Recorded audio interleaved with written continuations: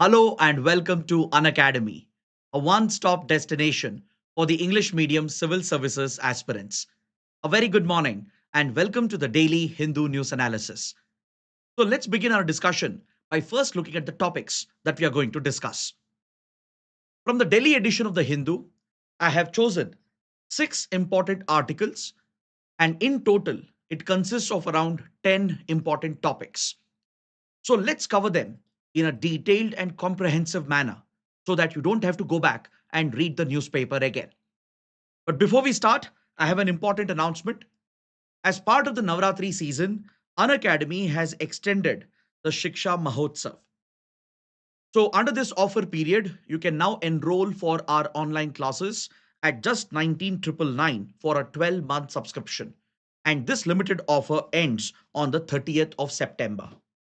To avail the offer, you have to enter the code IAS English. And also, don't forget, if you enroll within the offer period, you stand a chance to get up to 6 to 18 months of free extension along with your 12-month subscription. And you also get CSE Assure Guarantee, which will basically allow you to prepare for one more attempt in case you don't clear the prelims exam and meet the conditions that are given over here.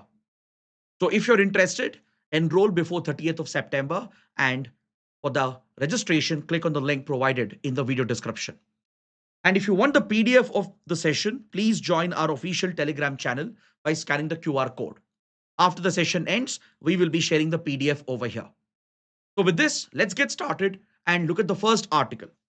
On page number 6, the Hindu carries a very interesting column. This article focuses on an economic paradox known as Engel's pause. This term refers to a paradox in economic history. It is named after German philosopher Friedrich Engels. So, what is the Engels pause and why is the writer talking about the Engels pause in today's world? Because the writer believes, as a result of artificial intelligence and AI driven economic development, which is being witnessed, the writer predicts that probably the global economy will go through this phase, a paradox phase, which is referred to as the Engels pause. So, first, let's understand this concept. What is the Engels pause? This term was coined by Oxford economist Robert Allen. Robert Allen was a leading economist at the Oxford University when he was studying the ripple effect of the Industrial Revolution in Europe, the socio-economic impact of it. He observed a unique paradox and he named this economic paradox after the German philosopher. He named it after the German philosopher Friedrich Engels. Now, according to this paradox, in the early 1800s and even in the late 1700s in Europe, when Europe was witnessing the Industrial Revolution, especially in Britain, when Britain had become the workshop of the world, large scale industrial activity and factory activity had picked up. Though this industrial revolution was enriching the richer class, the capitalist class, the benefits of this development, the welfare essentially, was not reaching the poor and the working class. Ideally, it is assumed in economic theory that when the economy grows at a rapid pace, when there is significant industrial activity occurring in our factories, in manufacturing, it's assumed that the benefits are likely to translate to the workers in the form of increased wages, improved standard of living. But this did not happen during the Industrial Revolution, particularly in the initial phase of the Industrial Revolution. In the late 1700s and early 1800s, though factory activity was picking up, Britain was producing all kinds of goods, people were employed, but still the average middle class and the lower class workers in the Britain and across in Europe, they did not see a significant improvement in their wages. In fact, they faced more problems. They got further pushed into poverty due to rising cost of food and other essential commodities. It took many, many decades for socio-economic welfare to occur in the European continent following the Industrial Revolution. meaning there was a significant gap between industrial growth, the rapid industrial growth during industrial revolution, and the socio-economic welfare that eventually trickled down to the grassroots. The rich kept on getting richer, and the income divide, the inequality in the society, kept on increasing. This paradox in economic history is referred to as Engel's pause. Look at the graph here. This graph perfectly illustrates this paradox. You can see the timeline over here. Look at the timeline of the Industrial Revolution depicted over here, and look at the rise in industrial activity and the rise in wages of the workers. You will see the mismatch. Though industrial activity picked up, look at how wages remained stagnant. It is this stagnation of wages during times of industrial growth and economic growth, which is referred to as Engel's pause, an economic paradox in economic history, which was, and this term was named by Robert Allen. Now, the same concept, if you look at today's world, which is powered by AI, the writer believes that we would probably witness something similar, a repeat of the Industrial Revolution, a repeat of this paradox, where AI will transform productivity. Economic activities will pick up. Industries will make a lot of profits, but the working class will not eventually get the benefits out of that. Now, for example, if you look at what Geoffrey Hinton stated, he's the father of AI, considered as one of the foundational figures in the development of artificial intelligence. The father of AI himself has predicted that through the revolution that AI is going to power in the coming years, the rich will keep getting richer, whereas the poor are likely to become more poor, leading to increased levels of poverty and suffering. Essentially, AI technology could drive further inequality between the haves and the have nots. Now, take for example, there is a report by PwC, by Price Waterhouse Coopers, a well known consulting firm. According to this PwC report, by 2030, by the end of the decade, artificial intelligence alone is going to create a $5 trillion economy. And the gains of this economic growth and development will largely be cornered by few rich and powerful countries like US, China, and other large corporations which own the foundational models. Those countries, those companies which own these foundational models of AI, they will make enormous profits, generating massive economic activity, leading to industrial progress as well. But the benefits of this growth may not trickle down to the lower classes. You will end up seeing a global divide between developed and developing underdeveloped nations. Within countries as well, you will see a further divide between the rich and the poor class. So, this paradox is what we refer to as the Engel's pause. Now, this is not just speculation. The writer is basing his assessment on a recent study that was conducted by Stanford University. According to this research by Stanford University, the adoption of AI across sectors and domains is definitely increasing industrial productivity and economic activity by a measurable number. For example, in this study, the researchers examined the call center industry in Philippines. So, the adoption of AI chatbots in Philippines led to increased productivity in the range of 30 to 50%.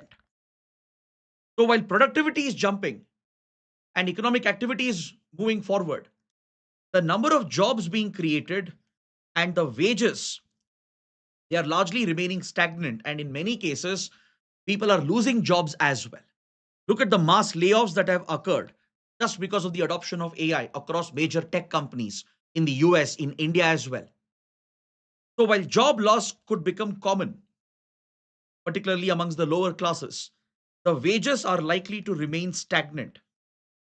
So this paradox will increase inequality, and that's what the writer is warning about. He is referring to the statement made by Geoffrey Hinton, who said that AI could further the divide in the world. It could make the rich richer and ensure that the global economy is controlled by just a few actors, just one or two countries, a few companies, few rich individuals, whereas the rest would be the have-nots waiting for the benefits to translate. But of course, there is a counter argument as well here. Because see, during industrial revolution of 1800s, the benefits of industrial revolution took a long time to trickle down to the working class. Correct? This is an established fact. It took many decades for the benefits of European industrial revolution to trickle down to the grassroots. That's mainly because the governance of that era, the policy making of that era was very different. There was no focus on building a welfare state, a welfare model.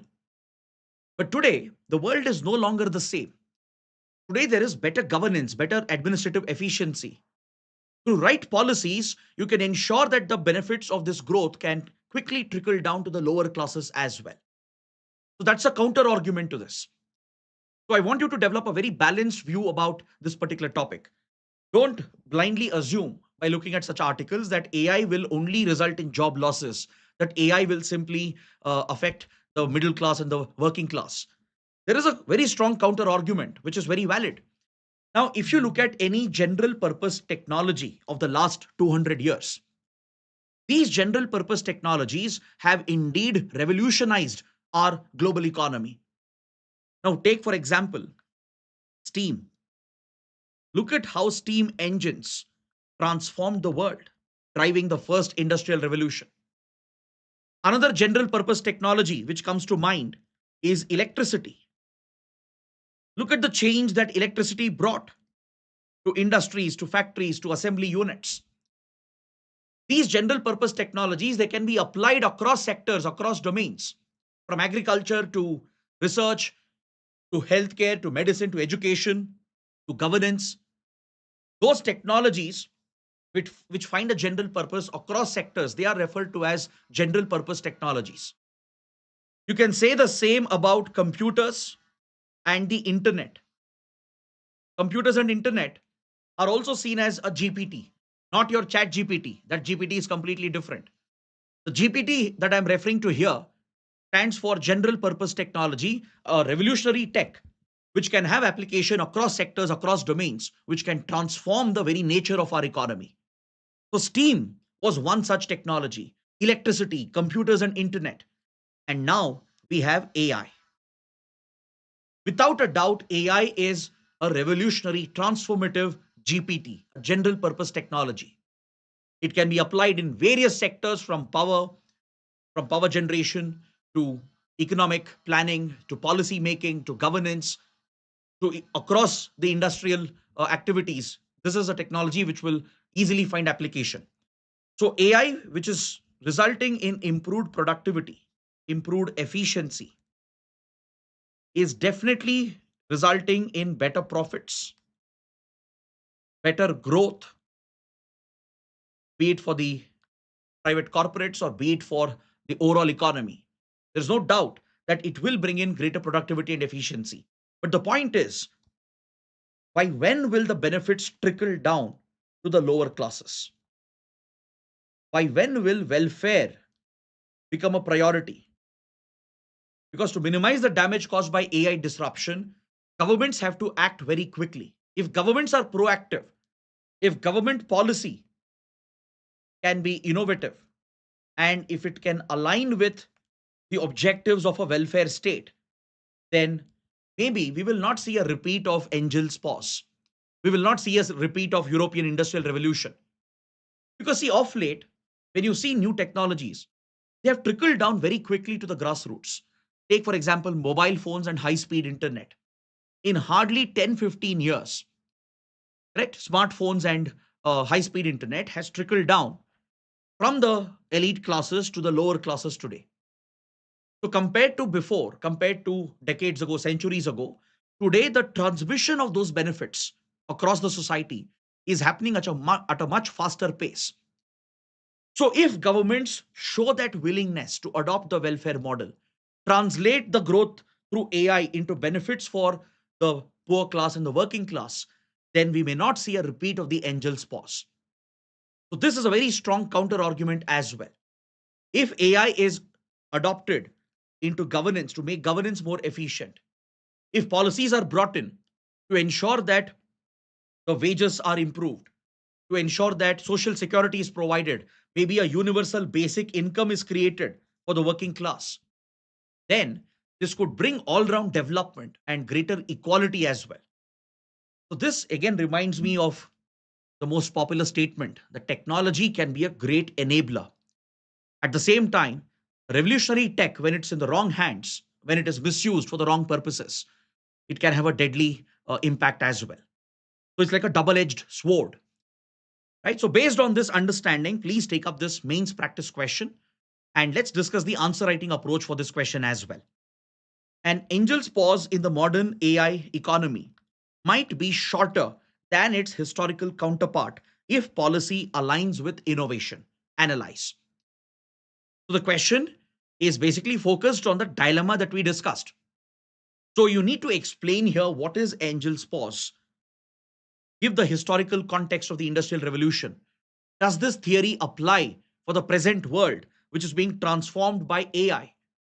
And why do you believe that the impact might be shorter as compared to the previous angel's pause that we saw during industrial revolution? This is what you need to explain. Now, in the introduction, maybe you can explain the transformative potential of AI. Have a generic introduction where you talk about the transformative power of AI and point out how AI is a general purpose technology, a GPT. Compare it with other GPTs like steam, electricity, which is power, then computers and internet. So this sets the context. You can explain how such general purpose technologies have had a revolutionary impact where they have brought productivity, improved efficiency. But this creates a conflict with the concept of human welfare. Increased industrial activity, productivity, and efficiency, can it translate into human welfare? This is the question. This is the dilemma that you're trying to address. So present this in the introduction itself. Point out that AI is a general purpose technology. It has transformative effect, just like other general purpose technologies. But it creates a dilemma whether the benefits of this growth and development will it benefit the working class and the poor class. Raise this question in the introduction itself. Then, in the body, explain the angel's pause in detail. What was the angel's pause during industrial revolution? Maybe draw the graph which I showed you. Show how wages remained stagnant while industrial activity was picking up. How it took many decades for the benefits to translate down to the working class. Then present the challenges being created by AI. Talk about AI improving efficiency but creating challenges such as job loss, no increase in wages, no increase in standard of living. So present this argument and also present the counter argument.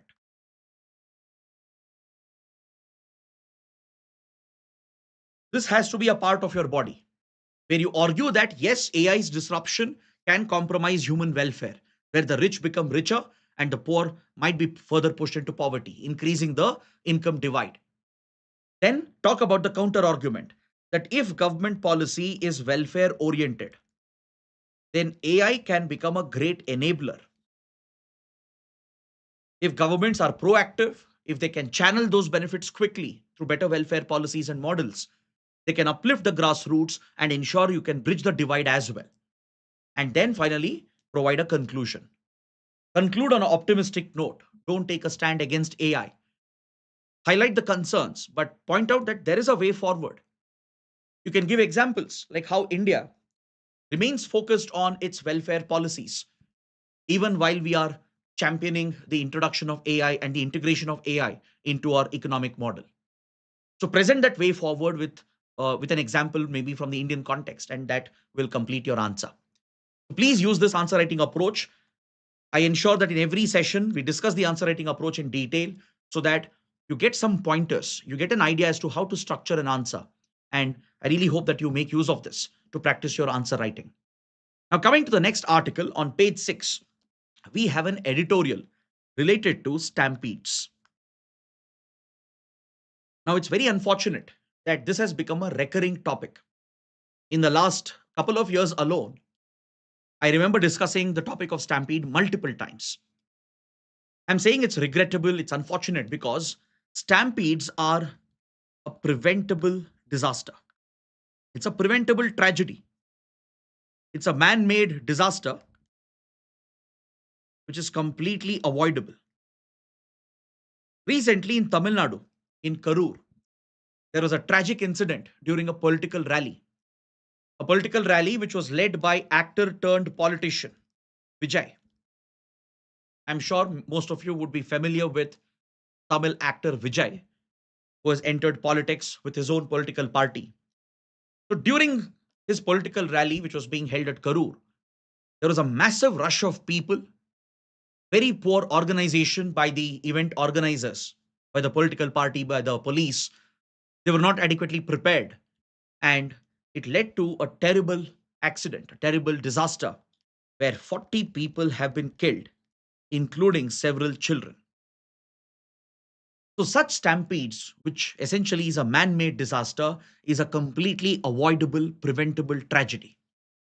If there is adequate planning, adequate focus on preparedness, and if the right precautions are taken, then stampedes are completely avoidable.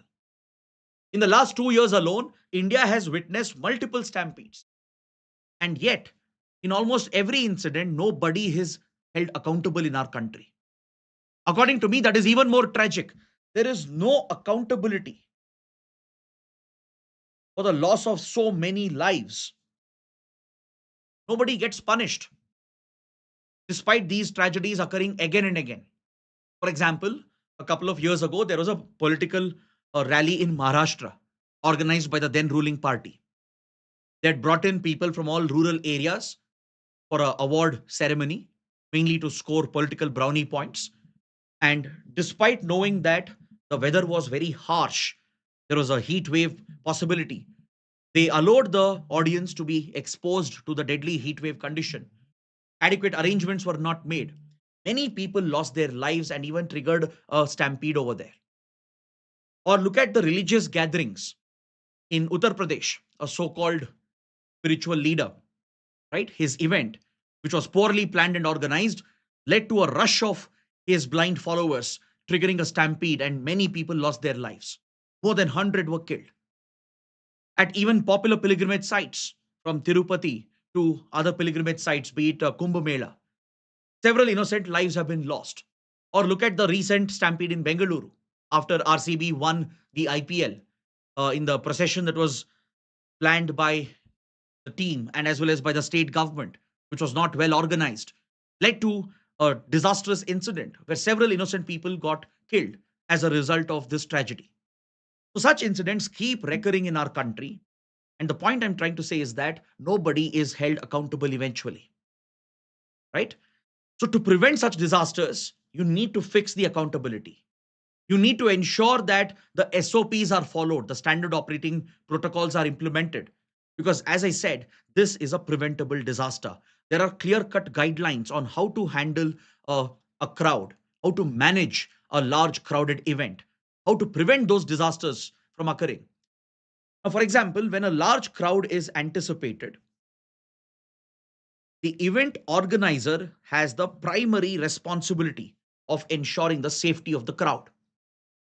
It's not even the government, it's not the police. They come second. The first and foremost responsibility to ensure the safety of a crowd lies with the organizer of that particular event. It could be a sporting event, a cricket match, for example. It could be a celebratory event. It could be a political roadshow or a political rally. It could be a religious event or a religious gathering. Whatever be the purpose, it could be a music concert as well.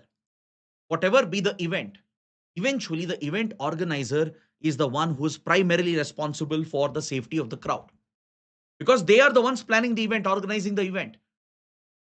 So those who are involved in holding the event, they share this responsibility along with the government, the authorities. Now, under the established procedures, under the SOPs which are laid down, it is mandatory for an event organizer to get the requisite approvals. They need to get the approval from the police, from the local civic bodies, from the fire and emergency department. They need to ensure the event is held in a venue which can accommodate the anticipated crowd. Let's say you're anticipating a crowd of 50,000 people. You need to keep a buffer of another 25, 30,000 and select a venue which can hold maybe up to 70 to 80,000 people. So that even if there is a sudden rush or a sudden movement, it shouldn't turn into a stampede situation. So choosing the venue is one of the most important tasks when a large crowded event is being planned and organized. Getting the right approvals and permissions is important. Then the police and civic bodies have an important role to play. The police have to check whether this venue is suitable for holding such a large crowd. And if there are any discrepancies, they should revoke the permission and prevent the event organizer from holding the event. No matter who they are, it could be a popular cricket team, it could be a political rally by the most popular political party, or even by the most popular political leader. The police have to put their foot down and deny permission when there is even the slightest possibility of risk to the crowd. But usually this does not happen. Even though approvals are taken, the permissions are issued, in most cases, the standard procedures, the SOPs, are bypassed. The civic authorities are found napping. The police are found to be unprepared. And event organizers, they often go ahead despite knowing the risks that are present. The entry exit points have to be very well planned. There should be no bottlenecks which will push the crowd into a narrow space, a tightened space. There should be regular active monitoring of the crowd using CCTV cameras and even drones if required. There should be a control room set up to monitor the crowd movement in real time, look for any emerging bottlenecks, and ensure the entry exit points are cleared so that there is a smooth movement of the crowd. Because studies have shown that in a stampede situation, the crowd becomes like one organism. It's not just few individuals who make up a crowd, right? All the hundreds and thousands of people who have come together, they essentially acquire the dynamics, the mechanics of a organism itself. So the crowd tends to move in certain directions. The crowd tends to be triggered by certain events. For example, let's say a rumor spreads that a popular celebrity has appeared, or let's say a fire has broken out. There will be a sudden rush of the crowd. Let's say the rumor says that there is a fire which has broken out, everybody will rush to save themselves. So by prioritizing their individual safety, they will risk the crowd's safety. And eventually it will compromise their own individual safety. So this again is a paradox. Humans, we are designed to basically look after our own safety first. So when you prioritize your own interest and you rush to save yourselves during such incidents, let's say even there is a real risk of a fire or any incident happening, if the crowd rushes out on their own, they are compromising the safety of the entire crowd of which is acting like one organism. Especially when there are bottlenecks. Let's say a crowd is held up for a long time behind a gate, then suddenly the gates are opened. The crowd will rush through, especially the ones who don't know what's happening in the front. They'll keep pushing ahead. And the ones in front, they will start falling down. They can't bear the entire weight coming from behind. They will collapse on the ground and the crowd will simply crush them, walk over them. So in such incidents, most people die from asphyxia because they suffocate, they can't breathe. And they also suffer injuries to their thorax region or to their abdomen and the internal organs. So in stampedes, we have seen that the victims, right, they suffer from injuries to the throat, injuries to the lungs, injuries to internal organs, or purely due to asphyxiation because they couldn't breathe as a crowd had simply walked over them and surrounded the people who got trapped. So to prevent this, these measures are necessary. Planning the event properly, choosing the right venue, anticipating the crowd, getting the right permissions, working with the authorities, and the authorities have to put their foot down when there is even the slightest risk of such a tragedy occurring. When the SOPs are not being followed, no matter who it is, the police have to put their foot down and deny permission. The civic authorities have to deny permission. And if at all such events are held, the entry exit points have to be very well planned out. Then emergency services have to be kept on standby, from firefighting units to a team of medics and doctors with ambulances and first aid. They should be readily available. Ensure the space is properly ventilated, right? These are some basic steps. Ensure there are no bottlenecks. Ensure there is a control room which is monitoring the crowd movement in real time. So these steps are a must. But as you saw during the tragedy in Karur, none of these measures were followed. So the political party, the leaders themselves who took part in this rally, the police and the local authorities who allowed the event to happen, right? They all share the burden of this responsibility. And the worst part, most of them will get away with it and nobody would be held accountable. So this is where we need a better enforcement of the SOPs, a better enforcement of the criminal laws as well, because criminal charges will have to be pressed against those who are found to be negligent in their duties, in their responsibilities. So this is a lesson that we need to learn. It's high time. As I said, you can't have such incidents recurring. Almost every quarter, there is one major stampede happening in India. So the time has come to put a stop to this. So let's take up this question. Stampedes are an avoidable disaster. So it's a statement given in quotes. That's the starting part of your question. Examine the statement and discuss the measures needed to prevent such tragedies. So simple, straightforward question. I'm sure you should be able to write a good answer for this one. So you can explain, starting out with maybe examples of how multiple such incidents have occurred in our country, how it's an avoidable disaster. Then in the body, explain why it is a preventable disaster. Then point out who should be held accountable, what are the standard protocols to be followed, right? What can be done going forward, the way forward, and then conclude your answer. So approach this from a disaster management perspective. So focus on planning, focus on preparedness. This is the pre-disaster phase. Then during disaster, what should be done? Let's say stampede has occurred or it is occurring. What can you do? What can the authorities do? Right? Well, how should emergency relief be provided? What measures to be taken? Then post disaster, after the disaster has occurred, what should be done? It should be compensation for the victims. Focus on the recovery phase. Ensure that those responsible are held accountable and punished. Right? So that completes your disaster management cycle. Now let's look at another interesting column on page 6. See, today, September 29th, it is marked as the International Day of Awareness. International Day of Awareness of food loss and food waste. I'm sure all of you appreciate how important food is for our energy, nutritional security, right? To tackle hunger, malnutrition. Food is what provides us sustenance. So you can't allow such a precious commodity to go to waste. So to ensure that there is greater awareness amongst governments, amongst institutions, amongst the people, the International Day of Awareness is celebrated today. It's marked on 29th September to spread more awareness regarding food loss and food wastage. Because according to studies by Food and Agriculture Organization, which is part of the United Nations, the FAO study says that 1/3 of the food which is produced in our world, it goes to waste. That's more than 30%, 30 to 33% of the food which is produced in the world is being wasted.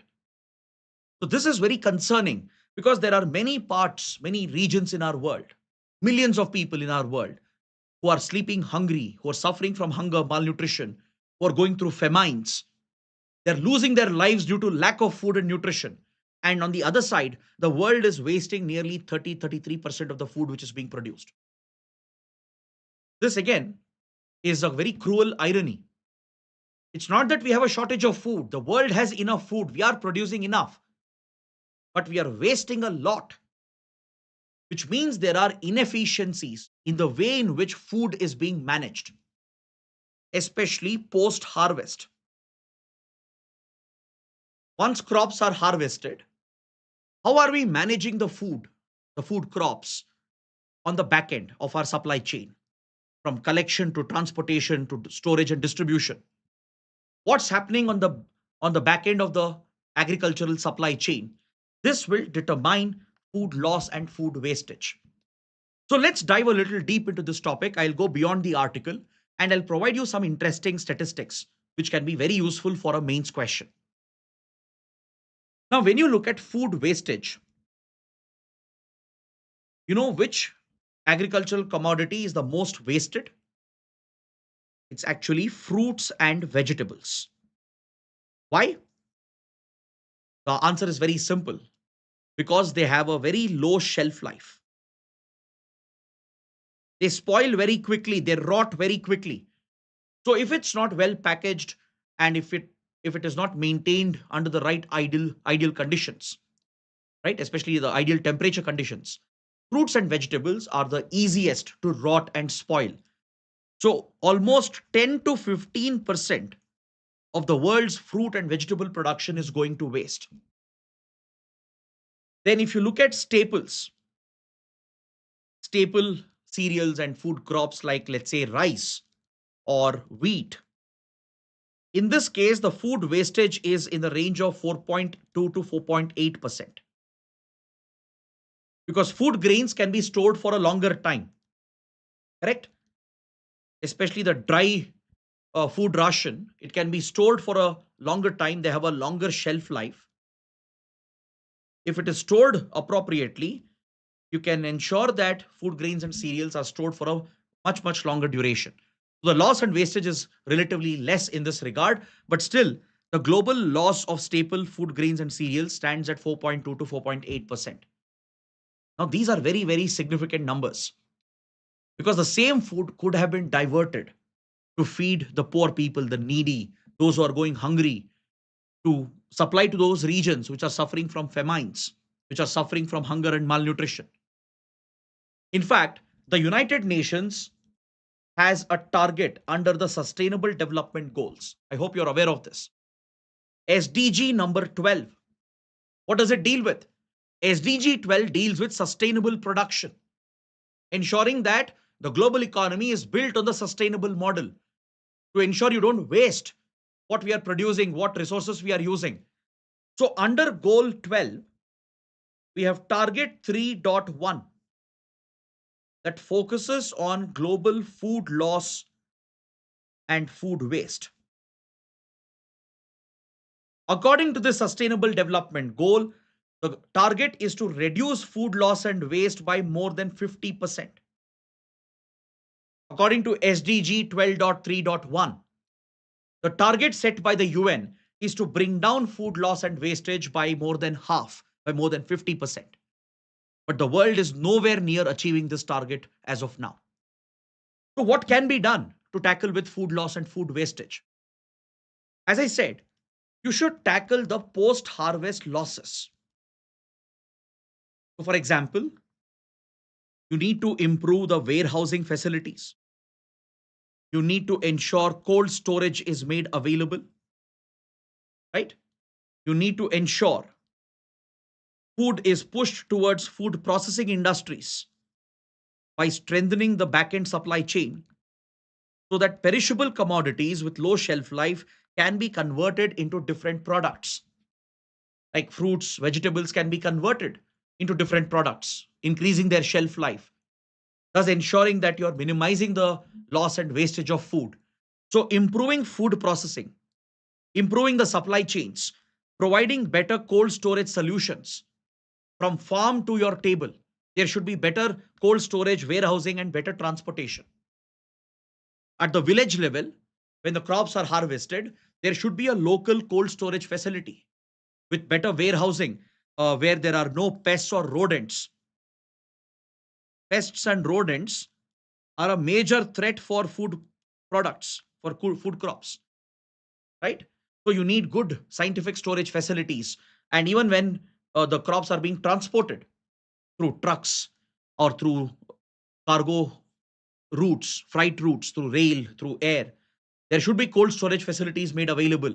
For dry ration, there should be dry conditions provided clean, hygienic conditions provided, and there should be enough support for food processing industry, the agro food processing industries, which can convert the food products, increase the shelf life, and ensure that the losses and wastage is minimized.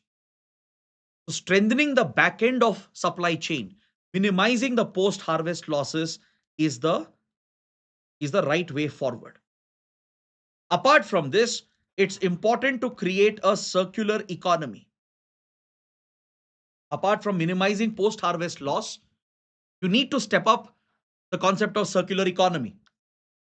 For example, food which is going to waste, if it can be channeled towards charitable organizations,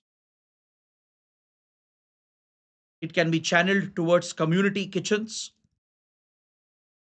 right? There should be a mechanism for this.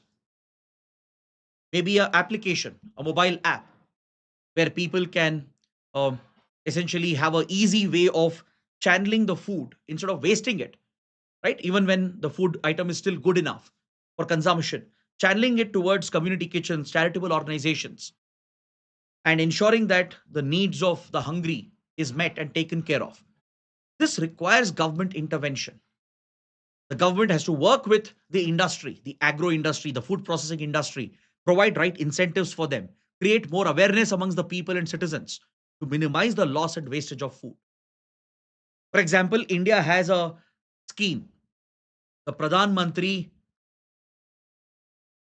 Krishi Sampada Yojana, right? You might have heard of the Sampada scheme that provides government support and incentives for establishing agro marine processing centers. So it is focused on improving the food processing supply chain, providing better cold storage and warehousing for agro products and marine products. The Pradhan Mantri Kisan Sampada Yojana has been transformative. Such initiatives, government-led support through financial incentives and support is necessary to push the industry to create the back-end infrastructure to minimize the losses when it comes to food. Plus, the citizens need better awareness to promote the concept of a circular economy. Ensure that you don't let food go to waste. Ensure that good food is consumed by someone. So on this day, when the world marks the International Day of Awareness of Food Loss and Food Waste, it's important to pay attention to this particular topic. The FAO has released one such app. The Food and Agriculture Organization has come out with a food loss app. Countries are using it. Organizations are using it today to estimate the quantum of food which is being wasted in the supply chain. And this data will help the planners, the policy makers to come out with better methods and better planning to minimize the loss and wastage of food. So technology can be a solution. So this is one important topic that you should pay attention to. Now, coming to the next article on page 7, there's an article written by Pratap C. Reddy, a very well known individual, the founder, chairman of Apollo Hospital Group, right? The one who has made a very significant contribution to India's healthcare system and India's healthcare industry. Pratap C. Reddy, in this article, focuses on the rising incidence of heart disease amongst the country's youth, especially in the age group of 20 to 40 years. See, generally, it was assumed that heart condition or any cardiac related disorder or disease is something that would affect the older population. The assumption was someone above the age of 60 years or even above the age of 50 years, they were considered more prone to suffer from cardiac related diseases and disorders.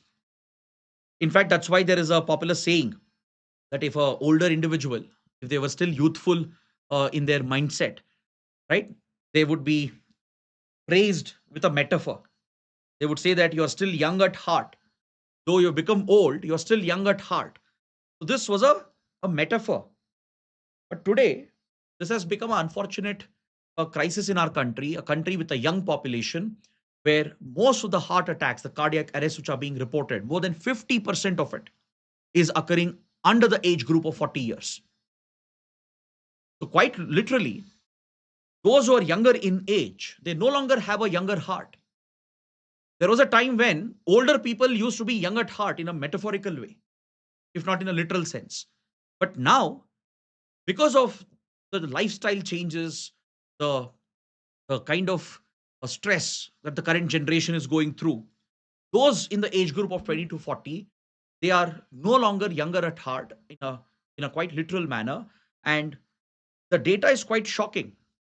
The writer presents the data for 3 years post COVID from 2020 to 2023. In these 3 years, out of all the heart attacks, cardiac arrests that were reported in India, more than 50% of those cases were under 40 years. There are cases where a 24-year-old youth, 21-year-old youngsters have lost their lives because of fatal heart attacks.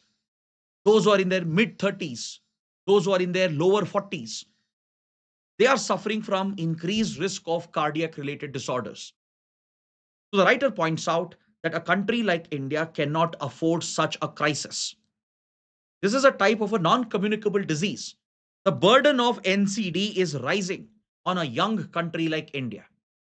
See, today, India enjoys the demographic dividend. We have a largely younger population. The average population, the age of India's population is under 35. So, this healthcare crisis presents a significant challenge, a policy challenge as well.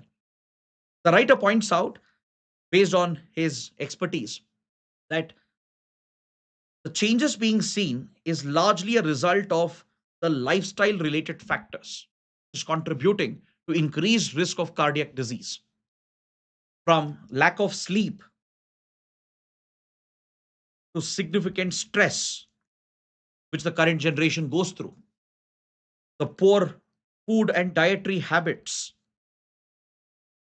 and as well as consumption of alcohol, smoking, and leading a sedentary lifestyle has become the norm for the present day generation, right? So all these factors are increasing the risk. Previously, the one who was prone to cardiac disease were those who had some genetic hereditary factors.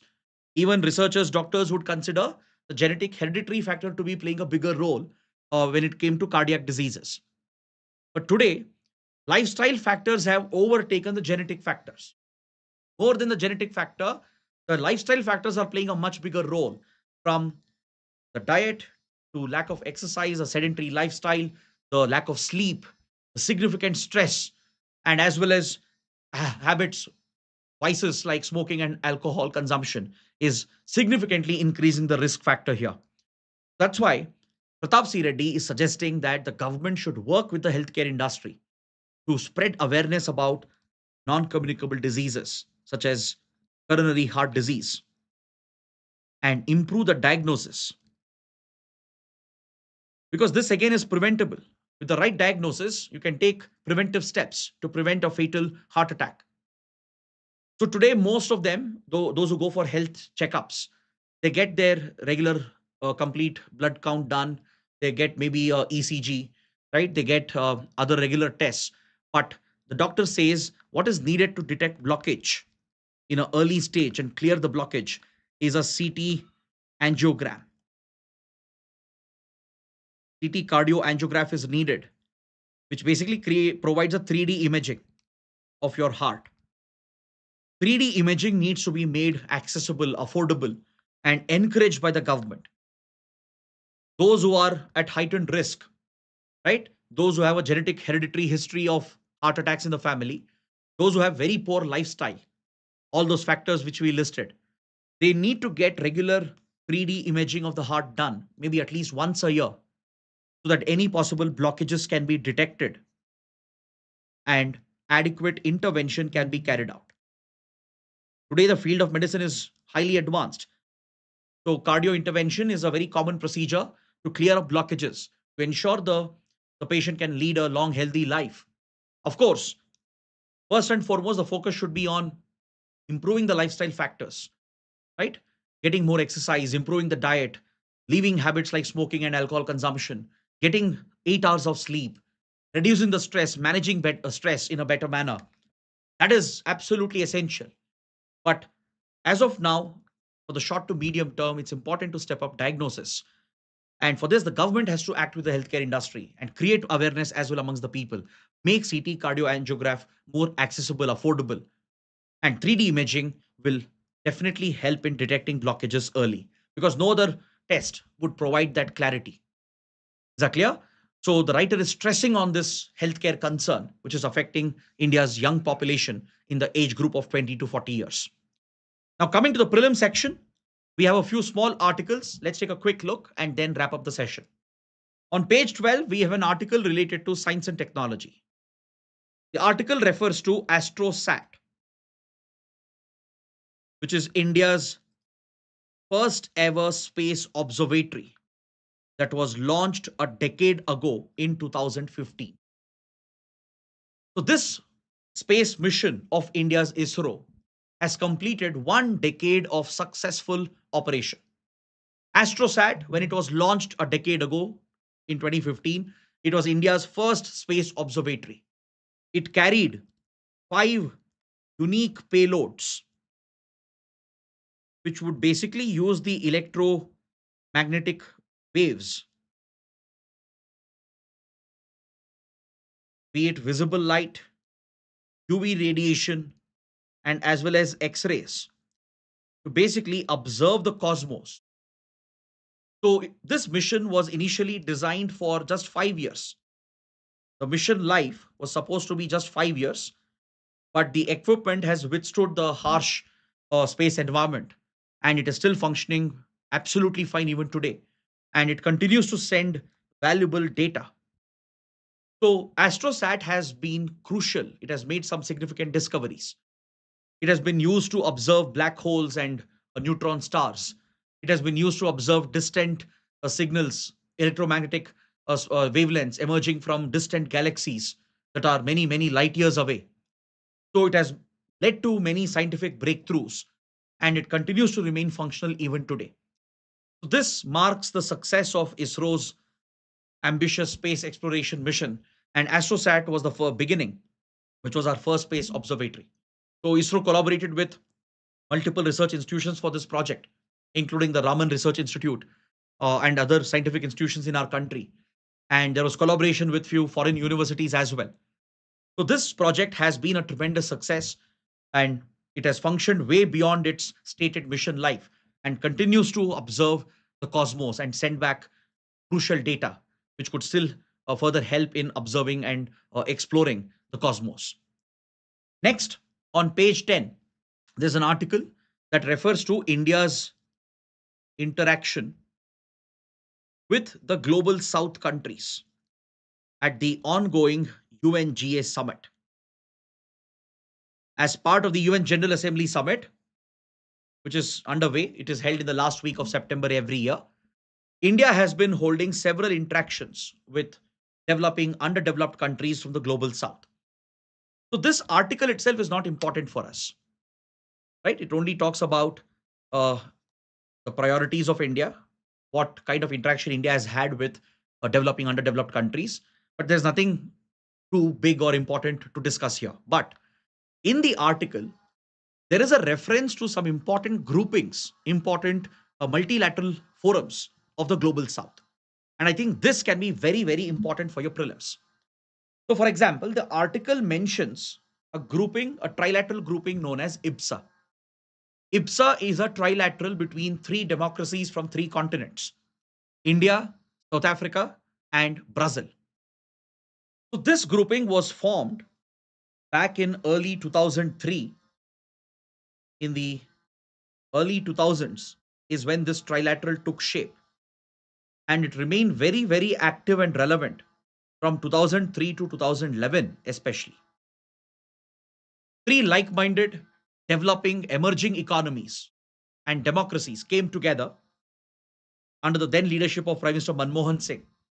So, India worked closely with Brazil and South Africa, and the main focus here was global South cooperation. South South collaboration was the focus of IBSA. They played a role at climate change negotiations since they had a common position with regard to climate talks. They worked together and gave leadership to other developing underdeveloped nations. They worked with each other, helped each other in poverty elevation programs. For example, Brazil's um, poverty elevation program was an inspiration for India, and India's healthcare program, they were an inspiration for Brazil and South Africa. So, in the field of poverty alleviation, healthcare, socio-economic welfare, there was a lot of collaboration between the two. And IBSA fund was also created to provide development assistance to each other, to focus on developmental programs. There was a military angle as well. The IBSA countries, they took part in naval exercises known as IBSAMR. So it was a very proactive group at one point, but of late it has slightly lost its relevance. IBSA countries don't meet so often regularly, and they only meet during discussions at the United Nations. So it's not a formal grouping of sorts, it's an informal dialogue between these three like minded democracies. Is that clear? Though it has lost relevance, India tries to engage with these two countries every now and then at the United Nations. Next, another community which was in the news was the CELAC. India has had a discussion with the CELAC countries during the UNGA summit. The CELAC stands for the Community of Latin American and Caribbean States. So, countries from South America and the Caribbean region, around 33 countries have come together to establish this grouping. It represents the interests, the regional, political, and economic interests of the Latin America region. In this region, the primary language spoken here, of course, is Spanish. So there are several Spanish speaking countries from Central America, South America, and the Caribbean. There are a few English speaking countries.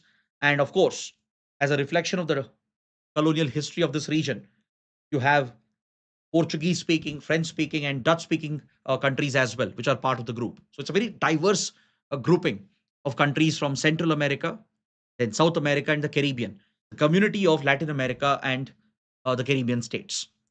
Please make a note. You just know what the group represents, which are the members, just the basic facts. Next, another group with which India has interacted at the UNGA summit is the SICA. In Spanish, it is SICA. When you translate this to English, it becomes the Central American Integration System. So, this is a political economic grouping of Central American countries. Central American countries such as Guatemala, El Salvador, Panama, Honduras, Nicaragua, Costa Rica, even Dominican Republic has become a member. There are regional observers like Mexico, Chile, and Brazil from South America and North America. Even extra regional powers like China, Japan, Spain, etc. They are holding the status of extra regional observers at the group. So it's a political economic grouping of Central American states. Next, we have FIPIC, the Forum for India Pacific Island Countries Cooperation. See, India has been prioritizing its ties with the Pacific Island countries. There are 14 Pacific Island nations in the South Pacific. So back in 2014, Prime Minister Modi, when he was attending the UNGA summit, PM Modi held an interaction with all the Pacific Island countries for the first time and led to the establishment of the FIPIC Forum. So India came together with these 14 Pacific Island countries to form the FIPIC Forum, and till date, 3 FIPIC summits have been held. The first FIPIC summit was hosted by Fiji in Suva. The second FIPIC summit was hosted by India in Jaipur. And the third FIPIC summit was held recently, last year. It was hosted by Papua New Guinea, PNG. So these countries in the Pacific region, in the South Pacific, it includes the Cook Islands, Fiji, Kiribati, Marshall Islands, Micronesia, Nauru, Niue, Samoa, Solomon Islands, Palau, Papua New Guinea, Tonga, Tuvalu, Vanuatu. They are part of the Micronesia, French Polynesia region next to Australia and New Zealand.